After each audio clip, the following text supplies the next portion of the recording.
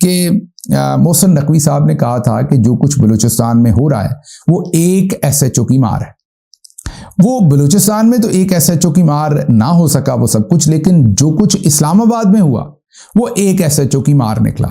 जैसे ही इस्लामाबाद में वो सब कुछ हुआ तो हमने भी सवालात उठाए थे, आपने भी उठाए थे कि डीजी आईएसपीआर जो सुहेल अफरीदी के चीफ मिनिस्टर बनने से पहले पेशावर में जाके प्रेस कॉन्फ्रेंसेस करते थे, 3-3 घंटे लंबी सियासी प्रेस कॉन्फ्रेंस, और कहते थे कि सुहेल अफरीदी हमें काबिल कबूल नहीं है। ये भी कहते थे कि ऑपरेशन हमने करना है, किसी की ऐसी की तैसी कोई रोके, इलेक्टेड गवर्नमेंट होगी तो घर होगी, याद करें आप। फिर ये भी कहते हैं कि हमें सियासत में ना घसीटें, लेकिन पेशावर जाकर सियासी प्रेस कॉन्फ्रेंस करते थे। वो डीजी आईएसपीआर जो है वो तलाशी गुमशुदा का उनका इश्तिहार देना चाहिए, क्योंकि बलूचिस्तान के 12 मकामात के ऊपर दहशतगर्दी हुई।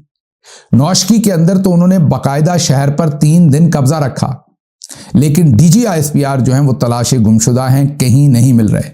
वही डीजी आईएसपीआर जो जगह जगह जाएंगे, मतलब कि वो कॉलेज यूनिवर्सिटी स्कूल बेचारे फिरते हैं अपना बयानिया बेचने के। पेशावर में सियासी प्रेस कॉन्फ्रेंस करते हैं, पिंडी में करते हैं, आंख मारते हैं, ऊपर से आते हैं, नीचे से आते हैं, दाएं से आते हैं, बाएं से आते हैं, हर जगह से गायब हो गए। ऐसे जैसे गधे के सर से सींग गायब होते हैं, ऐसे हमारे डीजी साहब गायब हुए हैं।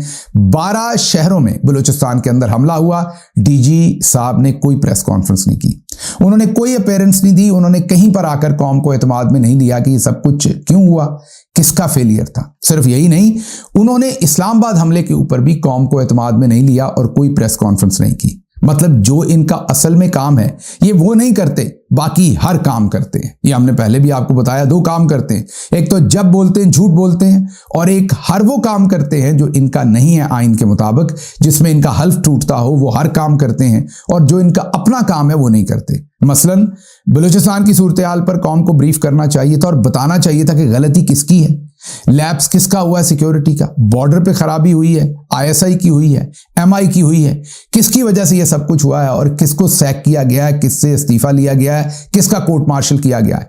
इसी तरह इस्लामाबाद के बारे में भी हमें बताना चाहिए था कि सेक्टर कमांडर को सैक किया गया है, या उनका इस्तीफा लिया गया है, या रेप्रीमांड किया गया है, क्या किया गया है। मतलब कौम को एतमाद में लेते कि अगर 150 से 200 लाशें गिर गई हैं इस्लामाबाद में, तो फिर किसको कसूरवार ठहराया गया, किसके खिलाफ कार्रवाई की गई है, ये तो क्या बताना था। डीजी आईएसपीआर वैसे ही गायब हो गए।